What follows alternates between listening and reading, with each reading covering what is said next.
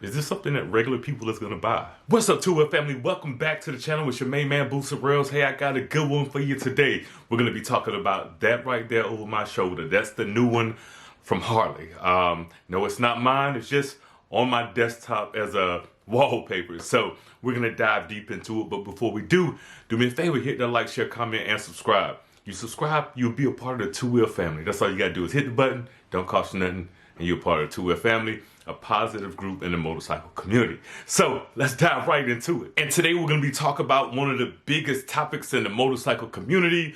Whether you are a cruiser, a sport bike rider, I know you had to see it on some type of platform, social media, internet, somewhere you saw it, you see it talking about it. And that is Harley-Davidson's release of the 2025 CVO Road Glide RR. Race ready, race replica, whatever you want to call it. It's all of the above. So there are some stipulations with this bike though. It's definitely going to be a very rare bike. The price tag makes it even rarer, so to speak. So we're going to dive into all of that. So just a couple of days ago, Harley-Davidson has, if you haven't been under a rock, Harley-Davidson released the all new 2025 CVO Road Glide RR, whatever you want to call it, okay, like I said before. Now, the thing about this bike is that, number one, it's very limited, and number two, it's going to cost you $110,000. And no, that's not a misspoke. I didn't misspeak. It's not a typo. If you see it in the title or the thumbnail, $110,000. And I'm like, man, I could get 4 regular, road glides for the price of one CVO CVO Road Glide RR race ready replica, whatever you want to call it. But I could get 4 for the price of one. But as I said, this one is extremely rare. So they're only building 131 of them. Now, remember that number, 131, 131, however you want to say it. Remember that number. But only 131 made. And in my opinion, I think you're going to have to know somebody that knows somebody that knows somebody that knows somebody that then knows somebody in order to get one of these 131, because you got to think about the top dogs at Harley first. They're going to get their pick, if they want to get them. And then you're going to have friends and family, so to speak. Then you're going to have your millionaires and billionaires. And then it's like, okay, well, how many are going to be left really for regular people, so to speak? And is this something that regular people is going to buy? So Harley said that they wanted to build this bike and they wanted to have racing DNA all over it, and they wanted to defy the odds and defy the limits. And that's kind of their mantra behind this. The whole bagger racing community is been growing really quick now over the past 5 years. I know people have been racing baggers longer than that, but ever since the inception of the Bagger Racing League, really, and that really turned up about 5 years ago after a race out in Laguna Seca. The meeting of the minds, they came together and essentially said that they needed to do this. So they created the Bagger Racing League, and that was actually during the time where the world we were going through it as a planet, so to speak, with everything going on. And so they tried to make it happen, but there were a lot of stipulations and a lot of restrictions. So they had to work through a lot of that stuff. But essentially, they ended up creating the Bagger Racing League. And me personally, I have always known, people, the major part of the Harley customization world was about, putting the big 30-inch wheel on the front, raking it out, doing the custom, sound system where look like now people were putting subwoofer boxes on the back and like all of this stuff. But, times are starting to turn and people are starting to actually take that mindset, say, you know what, instead of putting big modifications into the wheels and into the sound system, we're going to put big mods into the power. We want power mods. So that's what things started to go to. And Harley kind of seen that, and they kind of took note to it, like, you know what, we may need to get ahead of the curve on this one. So fast forward, and once Harley created that league, they had the tournament going, and Harley won the championship of said league, the Bagger Racing League. And they said, hey, you know what?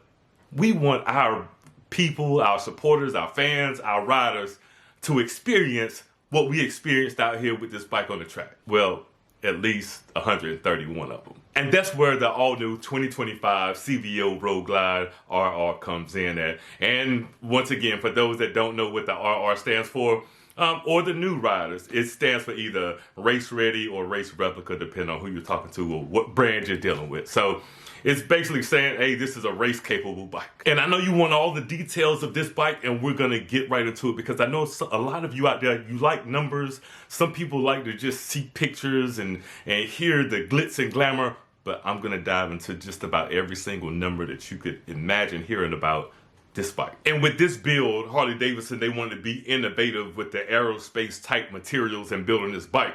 So you're gonna hear about a lot of billet aluminum, about carbon fiber, as well as titanium when dealing with this bike, because they're like, that's gonna make this thing lighter, quicker, and stronger. And as I said before, these bikes are gonna be extremely limited. They're only gonna be 131 of them, and each will be marked with a serialized riser clamp. And along with that, you're gonna have, of course, the one-of-a-kind CVO Harley paint/graphic scheme. So typically, whenever Harley comes out with the CVO, it's like, you know, they're like one-offs essentially, because they're gonna have their very distinctive, whether it be patterns, type of graphics, or paint. You know, they're gonna be different than the regular road glide, street glides when you're talking about the CVO. So with the CVO RR edition, it's gonna be even more rare because, you know, Harley had to make a statement with this limited edition, and with this limited edition, of course, they gotta, when they deal with the paint and color, they gotta make sure that when people see that, they're like, yeah, that's a Harley-Davidson. And with that being said, you'll get this bike with the Harley-Davidson Racing Orange, along with black and white accents cutting through the bodywork of the bike. And as you can see in these images, you can see that exposed carbon fiber under that deep gloss paint in the bodywork, and I think that's like one of my favorite parts of this bike, is to see that carbon. It's not fake, it's just under the gloss, you know what I mean? So it looks amazing. And being able to save weight was a major key component. So you're gonna see carbon fiber bodywork throughout this bike, and certain portions like the front fairing as well as the saddlebags are gonna be infused with Kevlar layers. Yes, Kevlar layers. Now let's talk about the heartbeat of this CVO, and that's gonna be the same V-twin block that's in the factory race road glides. It's a stage 4 setup that features CNC ported heads, Screaming Eagle internals, and an SE8 550 camshaft, which is housed in a 131 cubic inch Screaming Eagle. This produces 153 horsepower and 150 pound-feet of torque on a red line of 6,500 RPMs. And this is the most powerful Milwaukee 8 Harley-Davidson has ever delivered in a production motorcycle. Yes, the biggest, baddest that Harley has ever put in. Now, don't get too excited about those numbers, the horsepower, the torque, and all of that, because unfortunately, it's being governed, well, word on the street, it's being governed to 125 mile an hour max speed. And I understand it, because this is not all out, see how fast, you know, this bike can go deal. This is a road course racing bike. So 125 mile per hour max speed is what you're gonna get. So don't run up on any other sport bikes because you got this bike and you paid $110,000 for it, and you assume that it's gonna beat out a crotch rocket, piss missile, rocket ninja, whatever you want to call it. You know what I mean? So don't go running up on anything crazy like a, you know, H2 or Busa or 1000. Now looking at this photo, if you notice, they had the chamfer or shaved down at an angle, the left side. I should have just said shaved down at an angle. And you know, I know everybody is not using the word chamfer or whatnot, but we're gonna shave down the left side at the angle so that they can increase the lean angle on this race bagger. They also wanted to get you a newly designed clutch basket made out of premium 7000 series grade aluminum material that has gone through military spec anodizing processes. Yeah, that's some good stuff. This CVO will have the Screaming Eagle Racing King 6 transmission that's designed to withstand race speed punishment while delivering enhanced gear engagement and durability. The shot peen gears and shafts increase strength, while the back cut shift dogs keep every shift locked in. Now, while all this is going on, they had to make sure this bike would be able to breathe, and I mean breathe good. So they placed the Screaming Eagle race-inspired high-performance intake system in there. Pretty nice looking intake system, I think. This system has a 68mm throttle body for increased power and smoother airflow, a CNC machined aluminum intake manifold that minimizes weight, and a washable high airflow filter that produces a deep, aggressive intake sound. A little growling, or maybe whistling, or air noise. One of the three. Now, talking about sound, we know that those Milwaukee 8s produce a nice sound, even dealing with the factory exhaust. But that's not what Harley wanted. They decided, you know what, we're going to partner up with a Akrapovic, and we're going to come with a full titanium exhaust, and that's exactly what they did. This is a 2-in-1 header pipe system with carbon fiber shields. It has a titanium muffler that's tuned just specifically for the Screaming Eagle 131. And with this exhaust, it's going to actually give you the ability to drop 10 pounds from the actual stock exhaust. And with the Milwaukee 8, you're going to get more power and a better exhaust note, and it's actually going to be compliant in all 50 states, even California. So at this point, what do you think about the bike personally? Is it something that if money was no object that you would be willing to buy, or that you would even want to buy? And remember, this bike was not made for straight line racing. It's actually made for road course racing. So when you factor in the use for this bike, make sure you remember, this is not a drag strip bike. This is a road course bike. And Harley believes that if it was able to handle the corkscrew at Laguna Seca, that it'll have no problem carving up the back roads where you live at. And to be able to do that, it's going to have to depend on some main components of this bike, starting with the billet aluminum swing arm produced by Harley Factory Racing. Now, this swing arm was engineered for precision handling, reduced unsprung weight, and improved suspension response. Now, starting from a 220-pound block of 6061 aluminum, it gets chiseled all the way down to just about 18 pounds, and then ready to play its part in that rare CVO. You also have race spec Olin suspension that actually raises the ride height by 2 inches. Now, that also will increase the lean angle so you can tackle those back roads back there. Of course, the higher it sits, the more you can lean. And you're gonna get the 43mm Olin's FGR inverted front forks, coupled with dual Screaming Eagle Olin's remote reservoir shocks in the rear, and that's gonna provide sharp handling and a precise response. And we're still not finished. You do wanna make sure that you're able to stop this machine right. Well, you gotta have a good brake system for that. So Harley adds the Brembo GP4 RX CNC calipers with 4 32mm pistons that give this bike the ability to stop like the MotoGP bikes. I'm not saying it's a GP bike, but the stopping power is very similar. You're also going to get a 4-piston Brembo rear caliper and a 300mm rotor that completes the system. Now, this is where things get a bit different than your typical CVO Road Glide. You definitely don't have any floorboards because, of course, that will ruin the ability to lean. So Harley went with billet aluminum mid-foot controls to replace them. These will allow for deeper lean angles and more control at high speeds. Also, removing the floorboards for these also reduce weight and enhance handling while making shifting and braking more efficient in dynamic riding conditions. So now that we got all these things producing all this power and torque, we got to make sure we're able to stay on this bike. And Harley thought of that. You get a race-inspired solo seat with the pommel. This seat was co-developed with Saddlemen, and it raises the rider by 1 inch for better ergonomics. The rear bolster keeps you planted under acceleration, while the racing-inspired pommel provides bracing under braking. The seat is also another component constructed from carbon fiber. So carbon fiber all over the place on this bike. I'm sure that's got a lot to do with the way the price is, the way it is.